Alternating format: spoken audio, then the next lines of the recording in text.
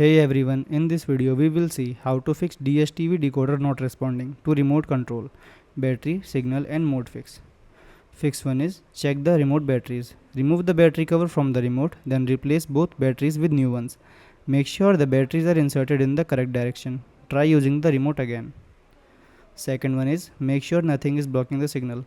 Stand in front of the decoder, then remove any object blocking the front of the decoder.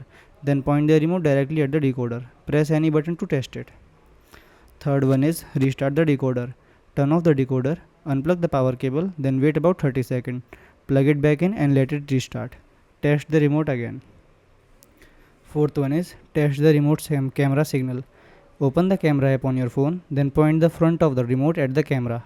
Press any button on the remote, then if you see a flashing light on the phone screen, the remote is sending a signal. If there is no flashing light, the remote may be faulty. Thanks for watching.